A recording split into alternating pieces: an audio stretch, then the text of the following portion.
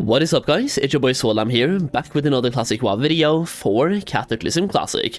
Now in this video we have a giveaway for Cataclysm Classic. Actually we have two of them, one over here and one on Twitter, that I'll be announcing in this video.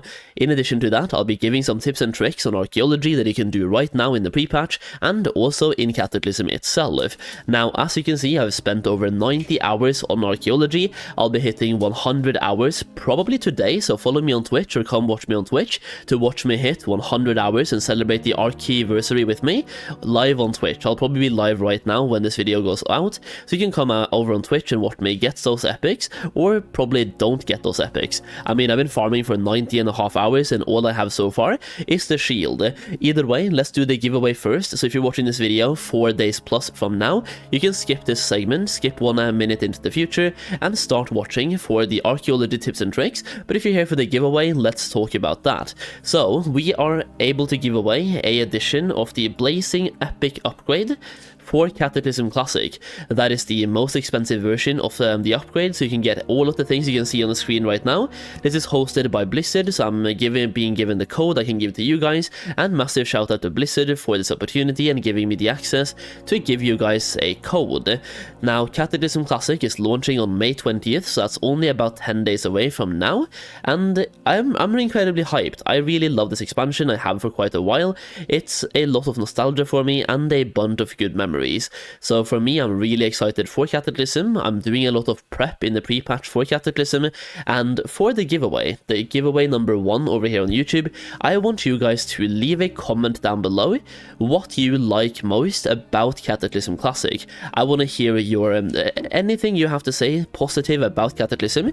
If it's a good memory, if it's a good feature in the expansion, if you enjoyed the leveling, if you enjoyed Vashir, the underwater zone, if you did not enjoy Vashir but liked Mount Hyjal, or if you enjoyed any of the raids, like something you really enjoyed about Cataclysm, I want to hear your experience in the comments down below. Now in addition to that, you have to subscribe to the channel and you have to follow me on Twitch, that way I can reach out to you. So follow me on Twitch, subscribe to the channel, and leave a comment down below. Now the winner will be picked in 4 days from now. That's going to be on Monday, so you have at least 72 hours to join, and then I'll be picking the winner live on stream on Monday. So follow me on Twitch once again to watch me pick them live, or just leave a comment down below and I can heart your comment. Now once again, my method of reaching out will be through those comments. That's why you want to be subscribed, and that's why you want to follow on Twitch as well, so you can see me draw the winners, and I'll be able to contact you through some way, shape or form, and then I'll be able to give you the key. So just a quick recap on giveaway number 1. Subscribe on YouTube, follow on Twitch, leave a comment down below about what you like about Cataclysm, whether you played in the past or something you're looking forwards to. If you did not play in the past, just tell me something you're looking forwards to in the comments down below, and I'll be picking one person. Now leaving multiple comments doesn't really help you there. It's going to be 1 comment per person in order to be entered into the giveaway. Now I said that we had 2 codes. Giveaway number 2 is happening on Twitter, so follow me on Twitter as well, which will be linked down below.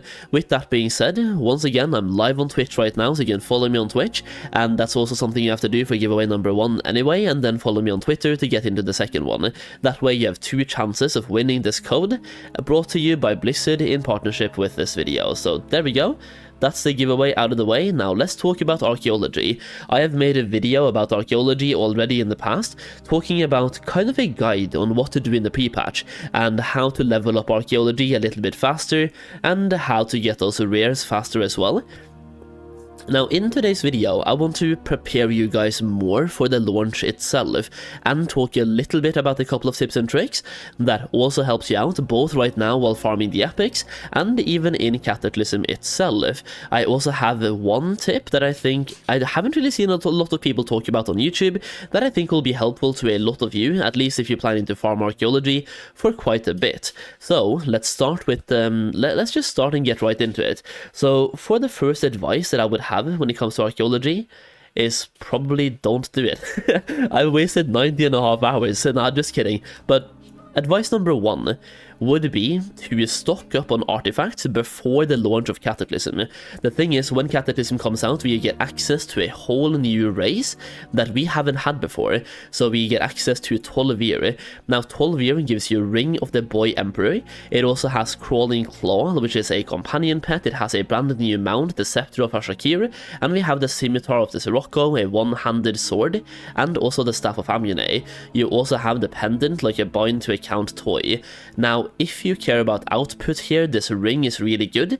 If you have one-handed swords, this one is also really good, and once again for healers, this staff is really good.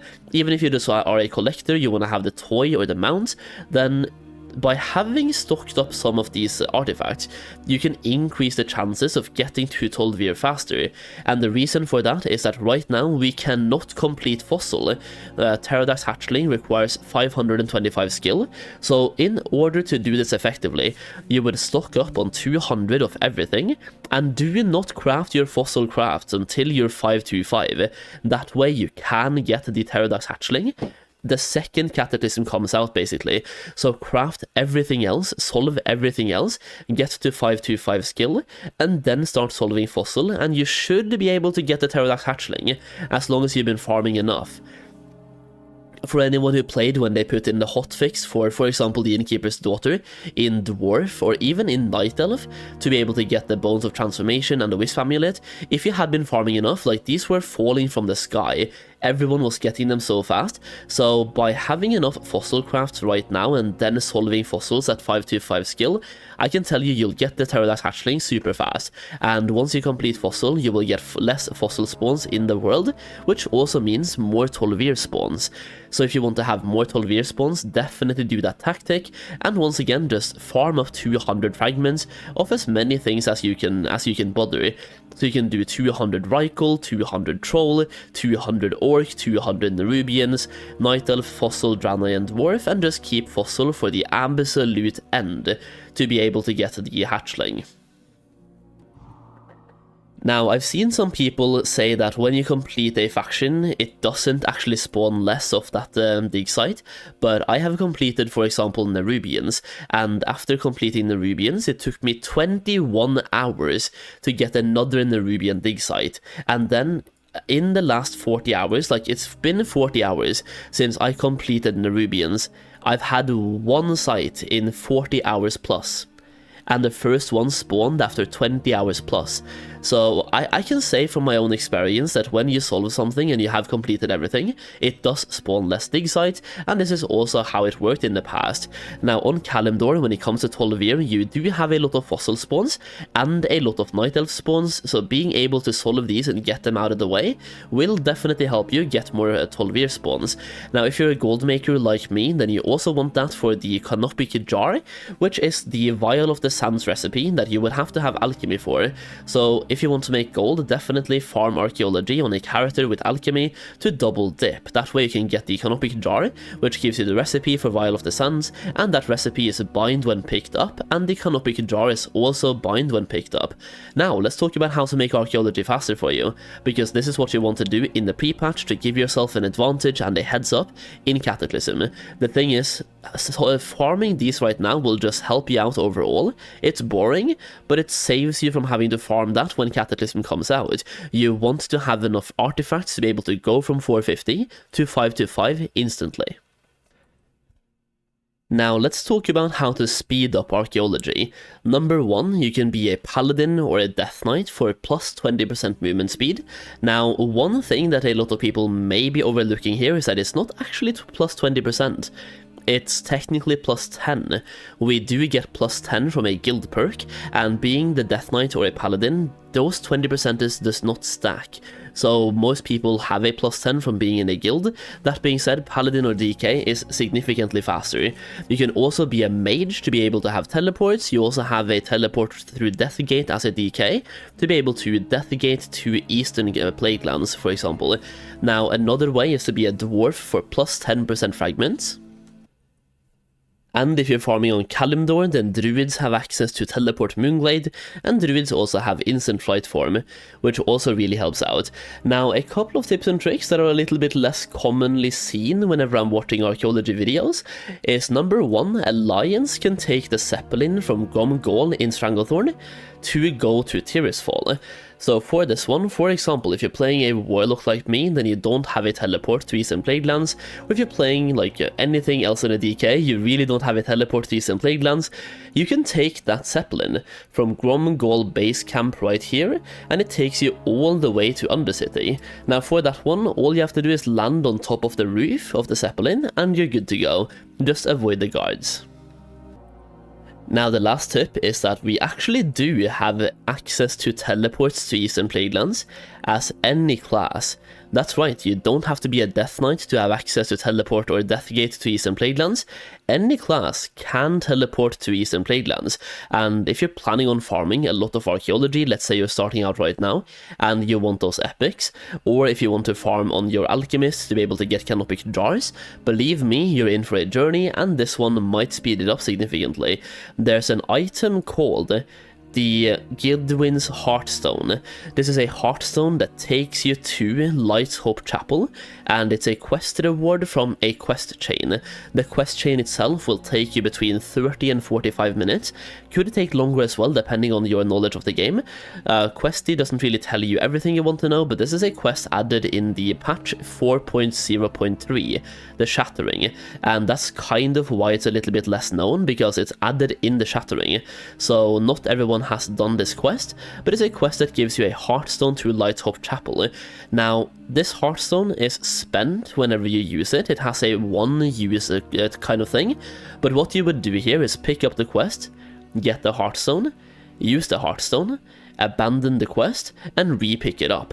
Now, it's definitely a workaround for being a Death Knight. Being a Death Knight is better, probably, because you have access to the teleport, you don't have to go through doing the quest chain, and you don't have to go through picking up the quest and abandoning it and stuff like that, but it's definitely a good workaround for a warlock like me, a druid, like anything really. If you're farming on a rogue, warrior, you name it, even paladins, right? That way you can have this Heartstone to go to Eastern Plaguelands, and you can have your second Heartstone in Stranglethorn Vale.